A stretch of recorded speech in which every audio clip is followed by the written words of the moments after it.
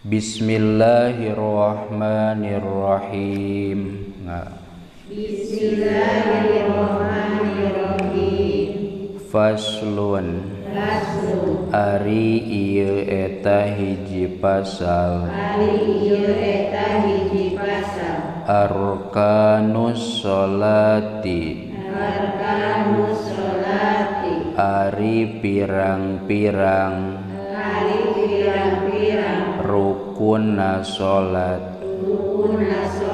Sab'ata asyara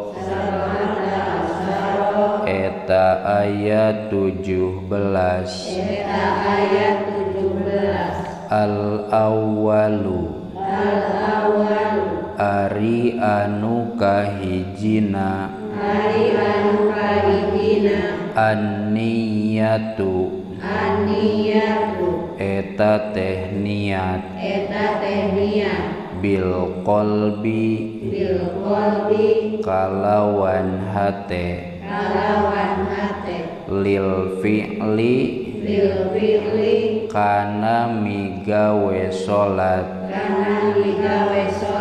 wa yu'ayyinu sareng nangtukeun itu jalma anu salat zatas sababi kana salat anu ngabogaan sabab wal waqti sareng kana salat anu ngabogaan waktu wayanwi sareng nganiatan itu jalma anu salat al-fardiyata kana fardu dina salat fil fardi dina salat fardu wa yaqulu sareng ngucapkeun itu jalma anu salat bihaitsu yasma'u kalawan sakira-kira meredenge itu jalma anu salat nafsahu kana awakna atawa dirina itu jalma anu salat kakulli ruknin bandinganana sapertikeun saban-saban rukun qauliyin anu bangsa ucapan Allahu akbar ngucapkana lafad Allahu akbar Allahu ari Gusti Allah akbaru eta anu maha uninga wa huwa sareng ari itu lafaz Allahu akbar sani arkaniha eta kaduana tina pirang-pirang rukunna salat anu 17.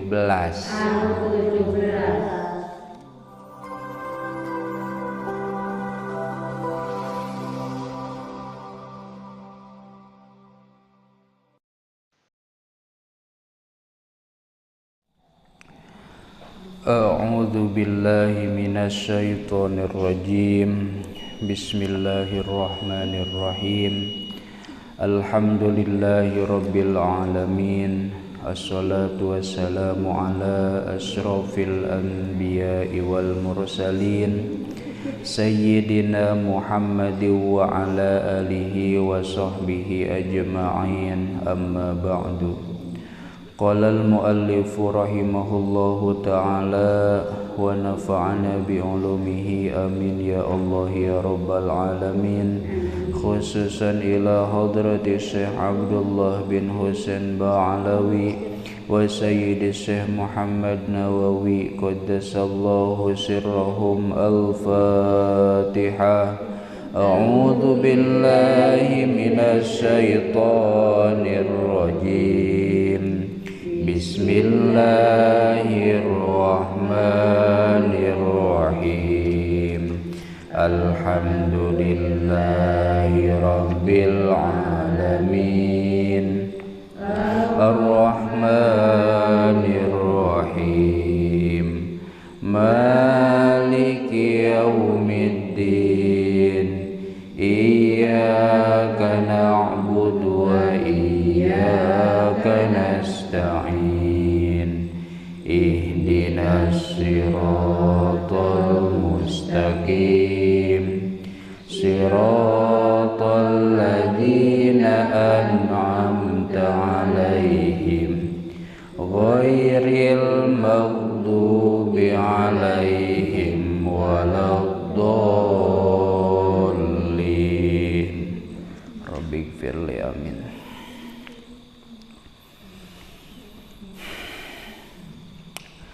Hancana kitab Sulamut Taufik halaman 28.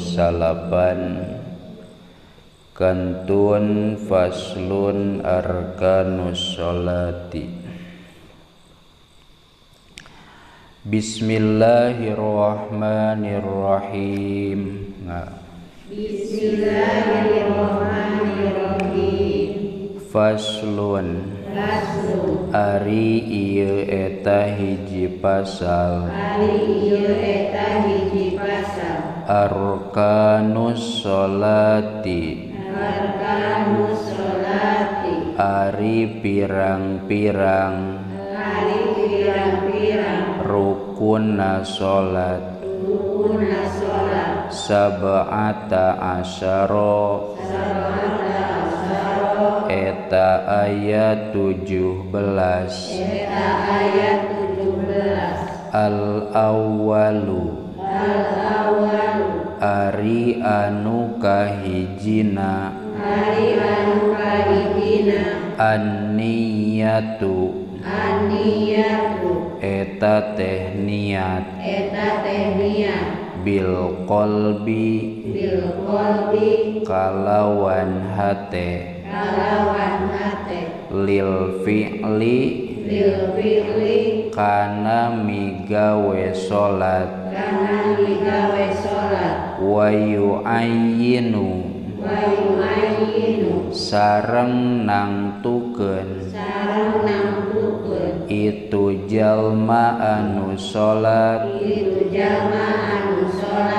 Zatas sababi kana salat anu ngabogaan sabab.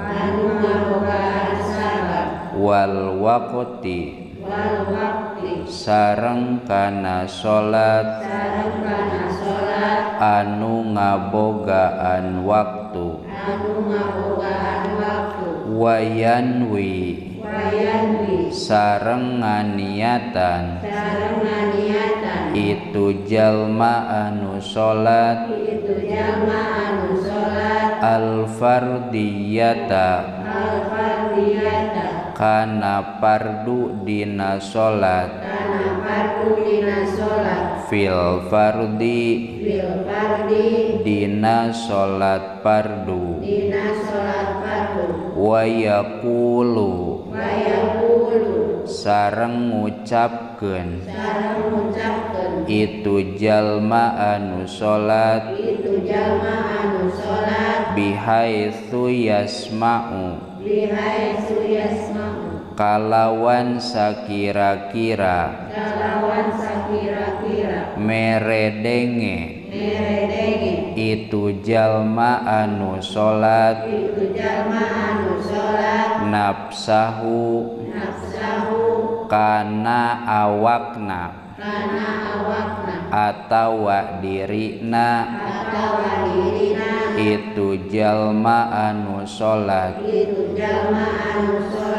kakulli ruknin bandinganana sapertikeun saban-saban rukun qauliyin anu bangsa ucapan Allahu Akbar ngucapkana lafad Allahu Akbar Allahu ari Gusti Allah Akbaru eta anu maha uninga wa huwa sareng ari itu lafaz Allahu Akbar sani arkaniha eta kaduana tina pirang-pirang rukunna salat anu 17 asalisu anu 17 gitu tah gitu.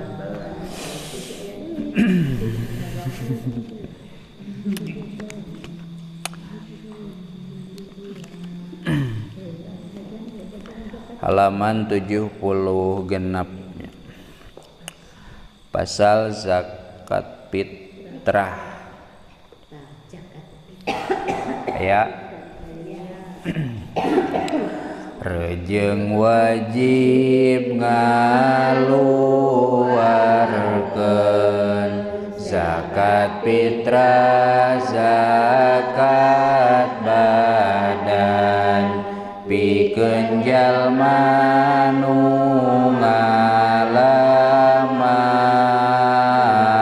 kana akhir bulan Ramadan syaratna tuluy manggihan kana Syawal nu kawitan najan ukur memenitan eta wajib dizakatan anu ngazakatanana pribadi anu Islamna jeung nu nganapakahanana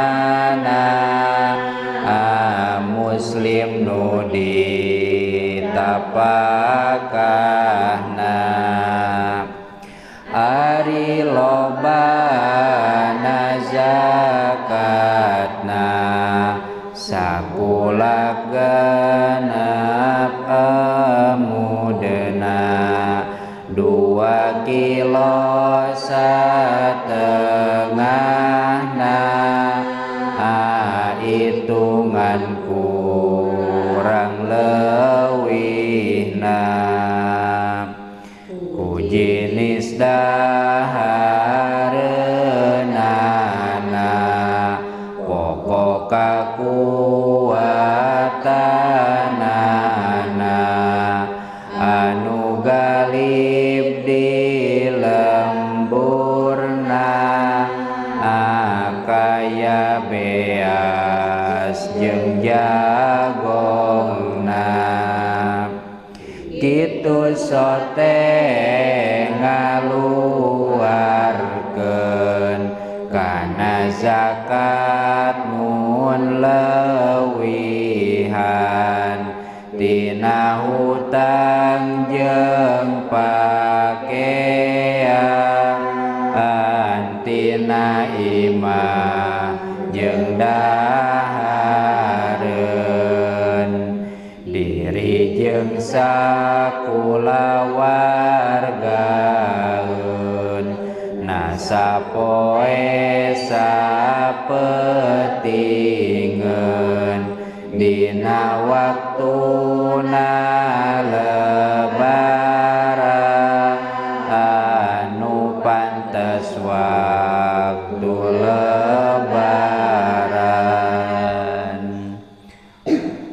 Kan dua jajarnya pasal wajib niat dina zakat. Sok jadi lagamna zakat wajib diniatan nasakabeh zakatan niat sabada masih henteu kudu dinakermikeun. Titikna teu aya nya jazakatan bisa jarokatan.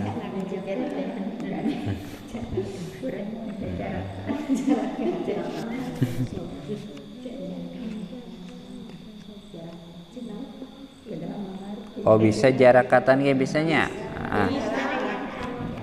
Nggak jarakatan. Oh bade jarakatan bade jazakatan saminya.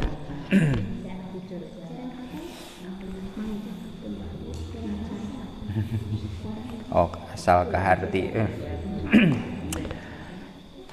Bismillahirrahmanirrahim.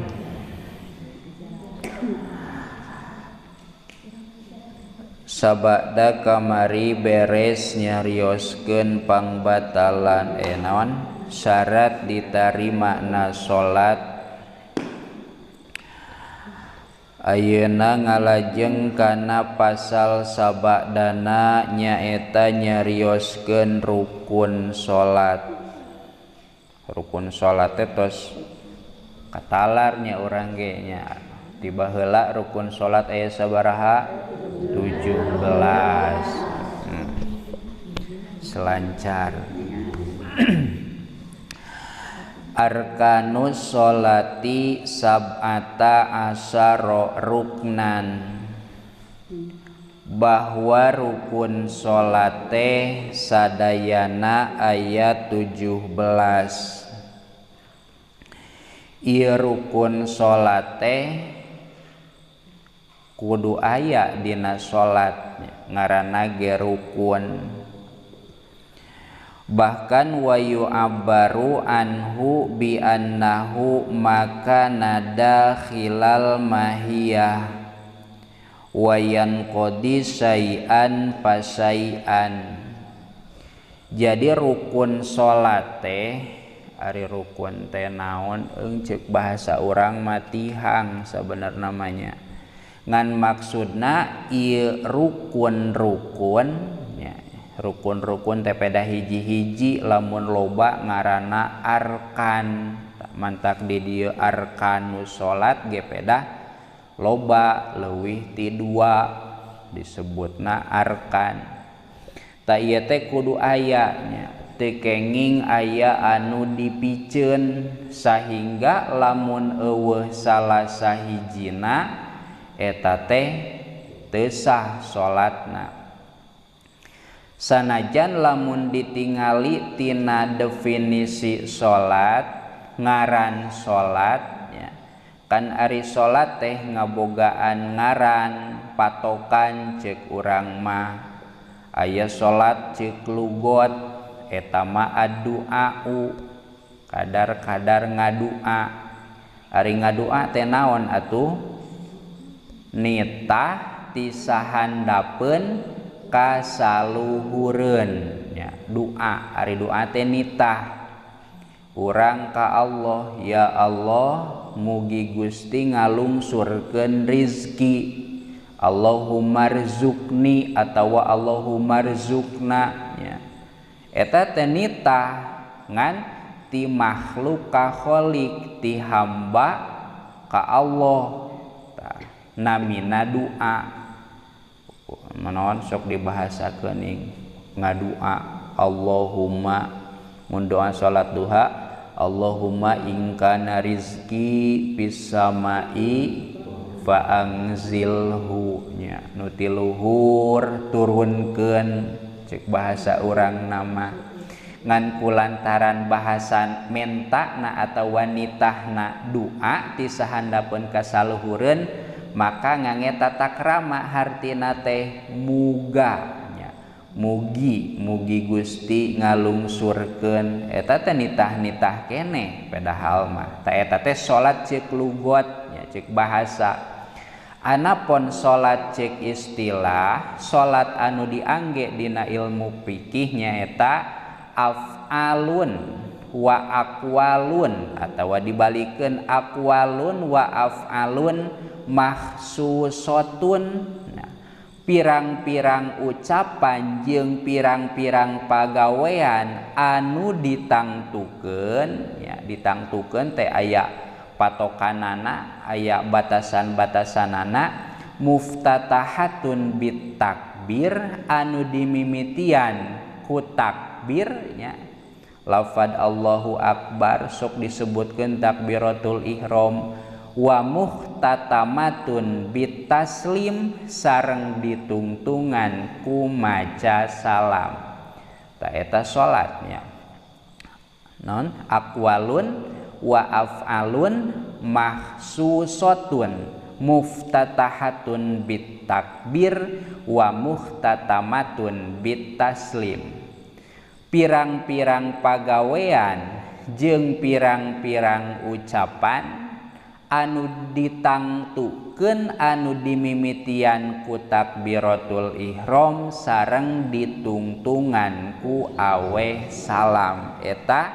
ngaran salat termasuk di dinya teh aya rukun anu dipigawena teh bagian hate nya kan dipigawe teh aya bagian zahir kaciri eta mah aya bagian batin mantak dina rukun salat kabagi tilu hiji aya anu bangsa hate dua aya anu bangsa pagawean anu kaciri tilu aya bangsa ucapan bangsa hate mah teu kaciri bangsa pagawean kudu aya gerak-gerikna bangsa ucapan kudu kakuping ucapanana teu cukup ngan sakadar haharewosan gitu nya sabab naon engke dipayun eta teh mantak ngaruksak kana huruf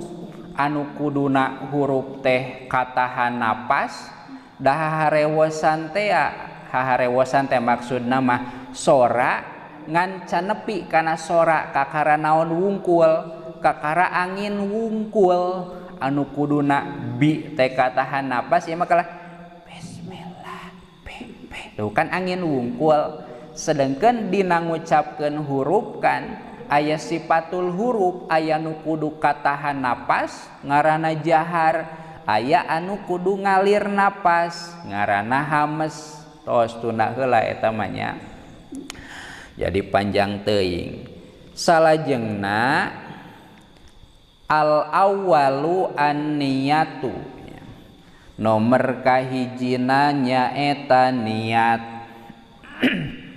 ari niat teh naon ngamaksud kana hiji perkara bari dibarengan ku migawena sekali deui ngamaksud kana hiji perkara bari dibarengan ku migawena ta eta niatnya ek ngaji tuluy indit ta eta teh naon niatnya ngamaksud kana hiji perkara bari dibarengan ku migawena kumaha lamun teu dibarengan rek ngaji tapi teu indit ya geus niat mangan kalah hujan ta eta mah sanes niat tapi ngajam lamun ngamaksud kana hiji perkara bari dibarengan jeung migawena ngaranna teh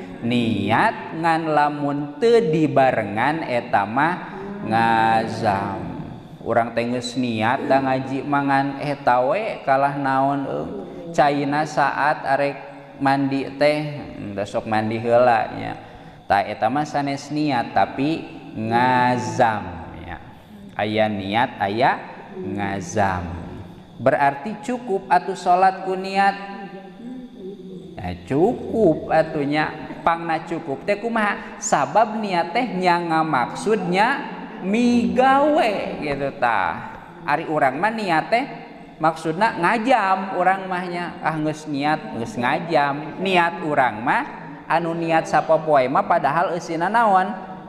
Ngazam kakara arek gitu tah. Ngan sok dibahasakeun we geus niatnya. Sok aya ning anu nyebut rek ngaji hek teu init lah si eta mah teu niat tah. Urang mah teu niat teh teu ngazam maksudna nya.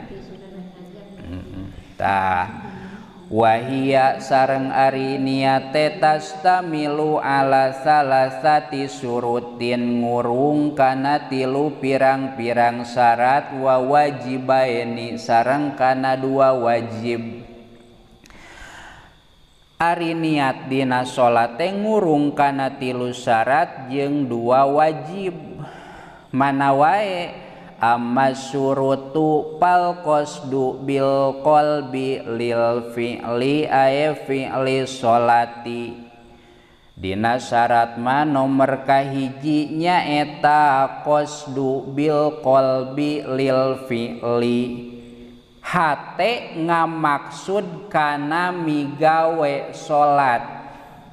Hiji qasdul fi'li lamun dina sapinah mah ya. Ngamaksud hate ngamaksud kana salat. Tuluikeun deui wa yu'ayyinu dzata sababi sareng kadua nangtukeunana musolli kana salat anu ngabogaan waktu. Tuluy salatna teh ditangtukeun lamun teh mah ngabogaan sabab. Sapertikeun mana engkal istisqoi, sapertikeun salat istisqa awit tahiyati aw sunnatil wudu'i awil istikharati. Salat anu ngabogaan sabab anu aya penyebabna kudu disebutkeun eta teh kudu ditangtukeun. Wal waqti sareng anu ngabogaan waktu sapertikeun mana min duhrin salat lohor au asrin atawa asar. Wayanwi ajil musolli al mukallafu al fardiyata fil fardi lamun salatna salat fardu kudu disebutkeun jeung farduna. Payaksidu kauna sholati pardon litatamayyaza anin nafli walitatamayyaza an dohri sobiyyi. Pangna anu pardu kudu disebutkeun teh sabab pikeun ngabedakeun pardu jeung sunnatna. Ta eta tilu anu dina syaratnya. Ari nu wajib dua naon wa amal wajibani fa ahaduhuma muqaranatun litakbiri haqiqatan bi ayyastahdira fi'la sholati wa iqa'a qasdiha wa niyatal fardiyati ma'a hamzatil jalalah ila tamamir ra'imin akbar fala takfi al muqaranatul urfiyah indal awam. Wa in jaro alaihi jam'un afada dzalika romli fi hadiyatin nasi. Wang canak contohnya dina salat fardu. Kan ari dina salat fardu teh aya niat, aya lafad niat. Lafad niat sakumaha urang mun salat subuh usolli fardhos subhi rakaataini mustaqbilal kiblati adaan lillahi ta'ala Allahu akbar nya. Tapi kalillahi ta'ala ada lillahi ta'ala eta lafad atawa nu diucapkeun dina di luar dina letah memeh Allahu akbar nya. Tah didinya nya anu kudu kumpul teh tilu. Hiji qasdul fi'li ngamaksud migawe salat, dua ta'yin nangtukeun salat naon anu dipigawena, nomor katilu pardiyah nyebut parduna. Berarti kieu usolli usolli pardos subhi tah anu wajibna mah eta tilunya usolli pardos subhi Allahu akbar tah ngan ari urang mah ulah jadi diringkas kitu mah nya entos nu biasanya usolli pardos subhi Allahu akbar tan wajibna mah ieu nya ngan ieu nu tilu usolli pardos subhi teh sanes nyebut usolli fardos subhi sanes eta nanya da ari didinya mah encan lebet niat eta mah kakara naon ngalafadkeun niat keur nyebut kieu teh usolli fardos subhi geus mulai can salat acan da mulai salat mah ti mana Allah tah Allah tadi dinya nya kan ceuk tadi ge ngaran salat mah dimimitian ku takbiratul ihram sanes dimimitian ku usolli fardhu subhi lamun rek sakitu nya usolli fardhu subhi Allah tah mimiti nama tina hamzahna lafad Allah keur nyebut a tah berarti didinya mimitina salat tuluy ayeuna keur salat teh keur salat keur maca takbiratul ihram ti mimiti nyebut a nepi ka naon nepi ka erna lapad bar ta eta teh urang dina hate kudu boga pamaksudan Allahu akbar tah ti mimiti a tungtungna teh sajero eta urang teh kudu boga naon pamaksudan dina hate maksud naon maksud salat pardu nya maksud salat pardu naon eusina pamaksudan teh tadi naon niat abdi salat pardu subuh salat pardu subuh nya salat pardu subuh tatilu nya ngan ieu salat pardu subuh teh sanes berarti dibahasakeun dina hate nya sapertikeun kieu Allah ceuk dina hate teh niat abdi salat pardo subuh hate teh ngobrol nya kabayang lamun ngabahasakeun hate ngobrol nya tah Allah ieu mah keur loh nya atawa ti mimiti a ge asalkeun geus dimimitian teh dina hate teh atawa biasana urang masuk dina loh nya dina a mah tara kumaha Allah keur loh tuh dina hate teh osok nih niat abdi salat pardu subuh atawa urang mah sok kumaha niat abdi salat subuh 2 rakaat bari madep ka kiblat pardu karena Allah taala hu akbar atuh otomatis keur Allah nage bakal lila nya sabab naon sabab dina hatena nya dina kereteg urangna Allah niat abdi salat subuh 2 rakaat bari madhab ka kiblat fardu karena Allah taala hu akbar kitu kan nya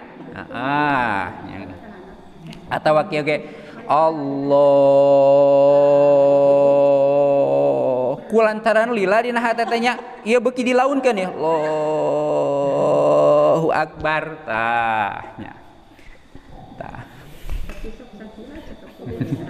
tah nya nu dimaksad niat teh sanes nu eta na nya tos tingali alaka di amih ngartos ari niat teh sanes nyebatkeun niat abdi salat subuh 2 rakaat jeung 1 luina dina hate sanes berarti Allah niat abdi salat subuh 2 rakaat atawa nu pendekna canaknya nu 3 niat abdi salat fardu subuh eusina mah niat salat fardu subuh masing teu make abdi ge teu nanaon sinya niat salat fardu subuh da anu ngucapkeunna ge saha abdi gitu nya nu ngucapkeunna ge abdi urang nya niat naon salat fardu subuh berarti lamun tema dipenekan ku urang ieu dina masalah diucapkeun heula ku hate nya Allah niat abdi salat fardu subuh akbar beuki penek ya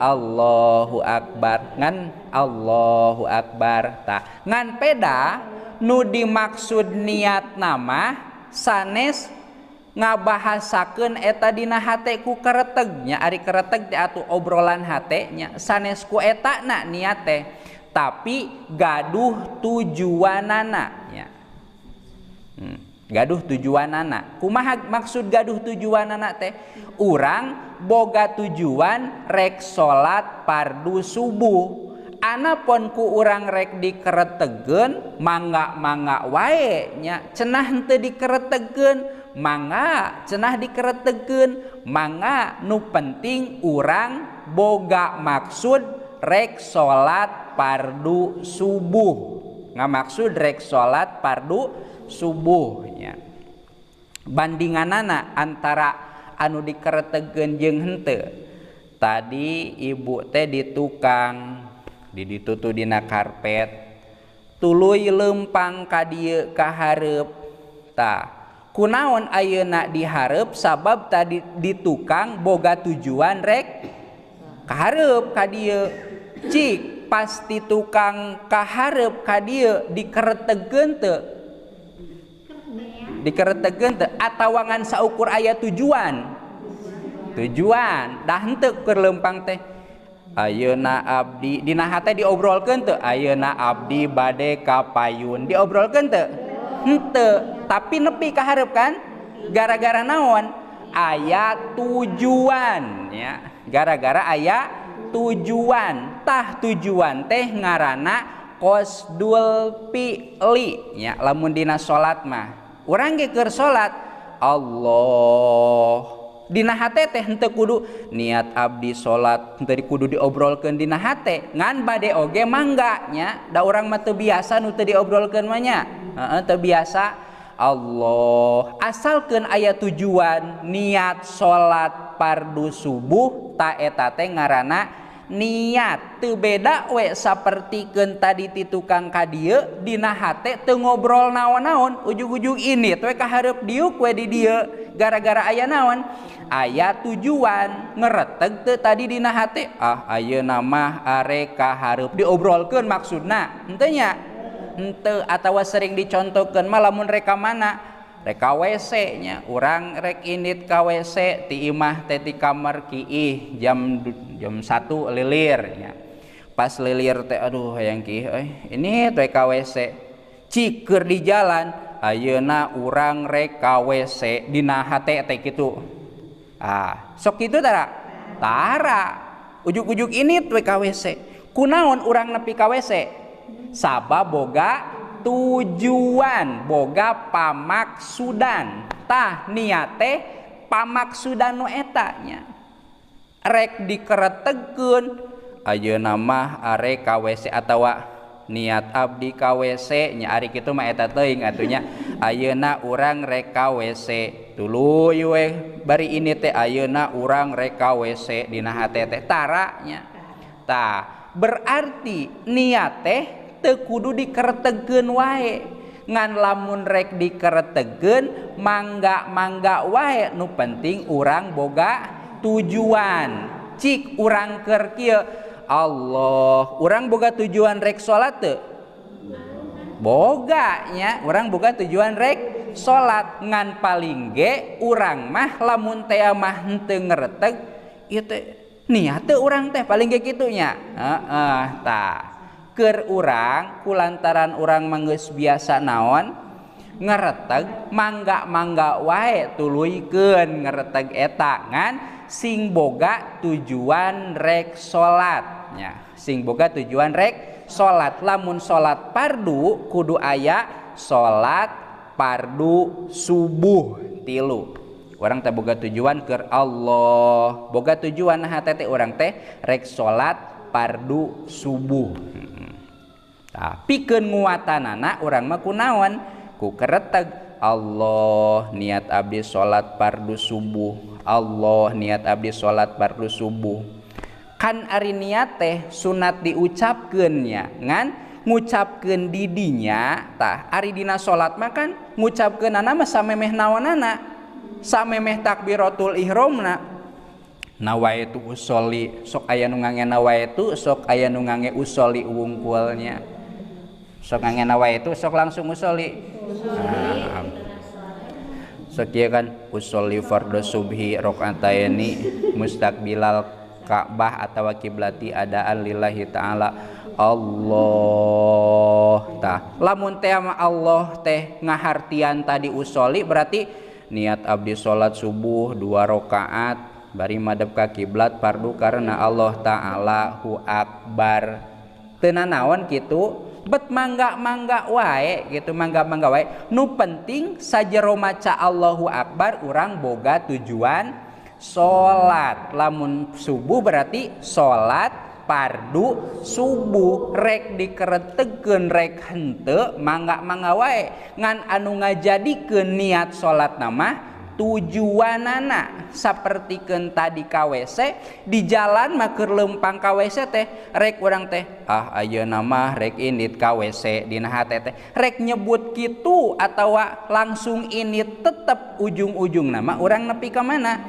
nepi ka WC engke bubar ti dieu baralik we ka imahna cik keur di jalan ayeuna urang rek balik ka imah dina hate teh ngobrolnya kadang osok kadang tara ngan ku henteu ngareteg kitu ku teu ngobrol ge urang teh tetep nepi ka mana ka imah ka bumi gara-gara naon boga tujuan tah eta teh ngaranna niat ari niat teh qasdul syai'i ngamaksud kana hiji perkara lamun balik ka imah mah ngamaksud balik ka imah muktaronan bipilihi bari dibarengan ku migawena ngamaksud balik bari ngageuleuyeung ceuk paribasana masing bari ulak ilik ge dina hate mah duh engke rek ka sawahnya keretegna mah tapi tujuanana balik ka imah anger we nepi ka imah tah jadi simpulna simpulna da ari urang mah niat teh ngaretegnya mangga nyangan anu ngajadikeun sahna salat teh sanes ku keretegna tapi ku tujuanana ngan keur ngabantu kana eta tujuan urang mah sok naon sok ngareteg ari ngareteg teh obrolan dina hate nya jiga ayeuna dina hatena teh kan ngarobrol ieu teh nya repeso teh kana letah dina hatena mah ngarobrolnya masing-masing ta eta obrolan eta teh ngaranna kereteg tah ari niat mah sanes nu eta nanya tapi gaduh tujuanana titik wasaniha setengah genepnya tos atuh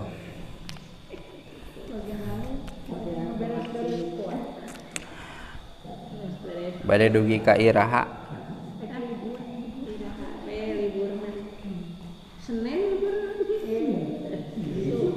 bisi gaduh kasibukan heg teu enak bisi kieu ye nya ieu tos tinggal lah kapayun ieu teh sibuk loba pigaweun eung di imah teh ngan lamun teu ngaji ieu teh era urang teh tah bisi kitu nya ayeuna kan tereh lebaran biasana sok sagala diaya-ayakeun tah bisi teh mah ieu teh ari ngaji da loba pagawean ieu teh ari teu ngaji teu bisi disangka kumaha tah kitu tah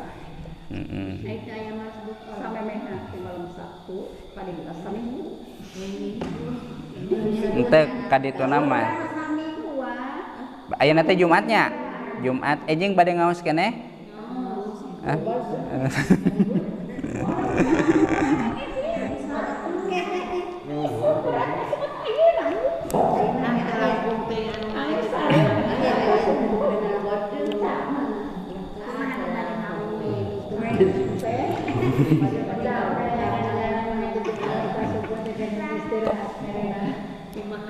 Kieu tuh anu gaduh padamelan nya tos we teu kenging teuing aduh kumaha urang nya ieu teh mun teu ngaji teh si kumaha sok we didamal nya da moal tak di ka mana nya da moal nya moal di absen ieu nya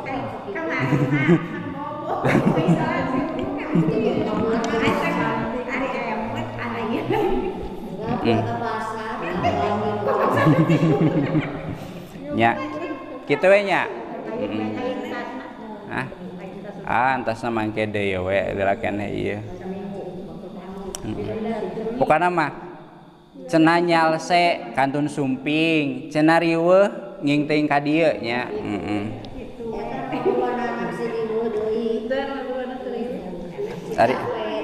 Ari abi mah insyaallah ka dia masih nyalira ge jadi gitu jeung HP we tos nya wallahu a'lam bissawab Rabbin fa'na bima 'allamtana Rabbi 'allimna alladzi yanfa'una Rabbi faqihna wa faqih ahlana wa qurabati lana fi dinina tawassalna bita'allumi tawassalna bita'limi anta rizqanal wasi'ah wa anta rizqanal amanah abdi tawasul ku pangaosan abdi tawasul ku pamurukan abdi rizkian ku kajembaran abdi rizkian ku kahuripan subhanakallahumma wa bihamdika